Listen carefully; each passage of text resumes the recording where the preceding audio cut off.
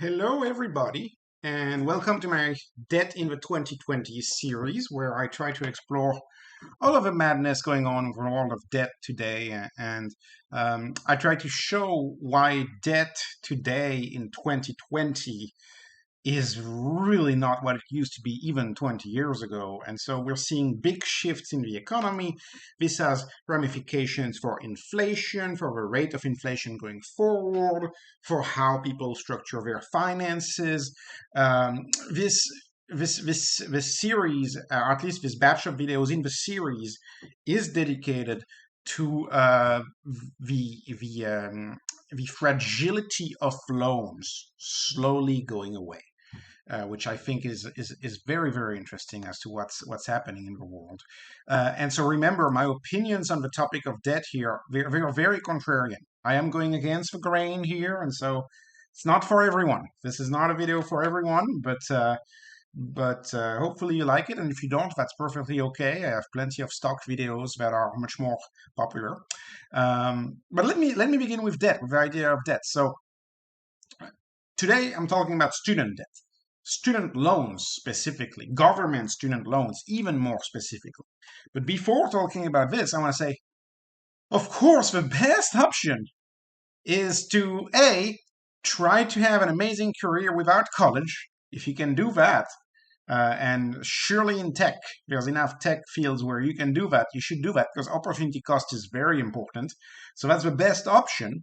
And if you have to go to college, the best option, I do want to point out, is still to have a scholarship. It's still to have a scholarship. But then if you must go to college and you don't have a scholarship, then you have a question to ask. There's two options. One of them could be work really hard and pay cash as you go. And so it's slower probably to get your degree, and you may not get as good grades. And another one could be borrow and have student debt. And of course, having student debt is a big issue. But is it as big of an issue today as it was even 3 years ago? Because most people are not going to get student loans if student loans make them fragile. Like if student loans hurt you for 20 years, it's basic human action that you're not going to get it. You're not going to get student loans. You're going to work hard. But I think there is a moral hazard that is being created in student loans right now, where the fragility component, which is supposed to make you stay away from loans, which is supposed to dissuade you from getting loans, that fragility component is slowly eroding. And students are hyper aware of that, as we will see. So, best option is no student loans. But if you must, if you must, let's study it. And if you must have student loans, let's study a little bit what that means for you and for one's finances. So it seems like right now, in my opinion, student loans do not make you fragile right now. Like if you borrowed money, I don't know, in 2015, 2016, and you had mostly federal loans, you are probably rejoicing right now because the monthly payment was paused. Okay, it was paused in 2020, in March 2020, and it has been expanded. This moratorium, this pause, has been extended for 8 times. 8 times so far, it has been expanded. And so, wow, if we're already 8 times, my guess on this, and I'm still 80% confident in that prediction. I could be wrong, but my guess is that this could be a decade or more. If you look at DACA, which was another similar issue that was stuck in the court, DACA, the Deferred Action for Childhood Arrivals, is still in the court, and so we're still in this status quo. The moratorium has been expanded 8 times. Every single time, people could have said, "Oh, they're gonna resume payments." They haven't resumed payments. So right now, you're in a perfect anti-fragile bliss if you have student loans, like perfect, like literally. Furthermore, not only are payments paused, and so you don't have any negative effect on your life, right? You can just have borrowed $200,000 and you don't have that payment to make. So there is no economic effect on your life right now, and it's 3 years. It's been 3 years. Could be 10. And moving on. In addition to that, you get your interest canceled. I mean, think about creating a moral hazard. If you're a student going to school today, you're really going to think hard about paying cash, knowing that debt is getting canceled. And some are getting 20K canceled, most are getting 10K canceled. Oh my gosh, that's reducing the fragility attached with a loan. That's reducing a bunch of risk from that type of loan. Student loans just became way less risky and way less problematic because the average American is something like 37,000. So almost a third that's been removed. And lastly, interest do not accrue. And at the speed at which monetary inflation is happening, your debt, even though it stays the same, it might look really, really, really, really smaller 10 years from now when the moratorium eventually ends. If it ends. I mean, I'm sorry, but I think you can make a strong case, right? So do student loans make it fragile? The reality is they have not caused fragility for 3 years. And a whole new generation of students are learning that there is no fragility associated with getting a loan, with getting a student loan. And here's another thought-provoking idea, which you'll see later. It's like, yeah, everybody has that idea. I'm not the only one. One could have borrowed money to fund their education and invest their cash elsewhere.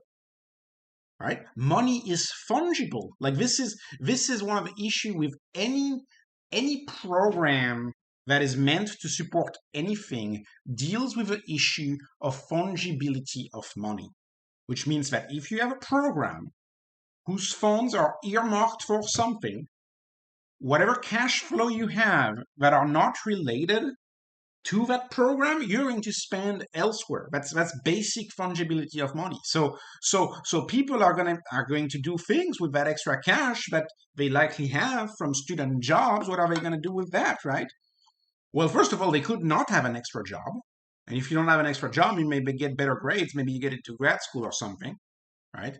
Or you could invest your extra cash that you get from your job in growth stocks, which is the big topic of this channel, right? Or you could even put a down payment towards your house and get a full house. So you're not using the funds from the loan for any extra type of activity.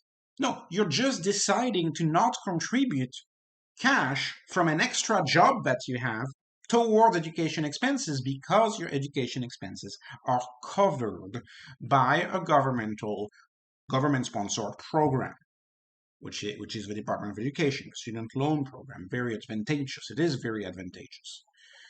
So moving on, what are some of the rebuttals to that statement? Because I know I'm going to get rebuttals. What are the rebuttals? Common rebuttal is what? Oh, student loan repayments are coming back. This is temporary. Well, tell that to a SoFi investor. 8 times, and it's expanded 8 times. The CEO of SoFi doesn't believe it's coming back. I'm telling you that. And I don't believe it's coming back anytime soon. I think the odds are greater that it ends like DACA, where it stays 10 plus years in the courts. And in that case, if you have a student loan, that's a huge payout for you because you haven't had any fragility at all for 10 years. That's a major payout. And I would argue that if you're in that situation, good job, because you understand the debt system better than what a lot of popular culture would have you. Like popular culture tells you debt is bad. But it's important to look at the facts, not just popular culture. So student loans, that's a great type of debt to have. Right? That's a great type of debt to have because it can be stopped. Okay? And mortgages haven't seen that happen for 3 years, for example, which is a type of loan that would be in the similar range. You haven't seen that happen with mortgages. So very, very interesting.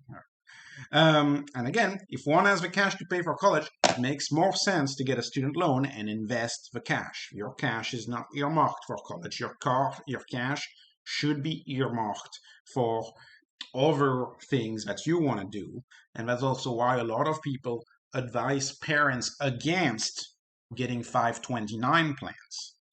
because who knows what will be in the applications going forward. So what is the common rebuttal number two?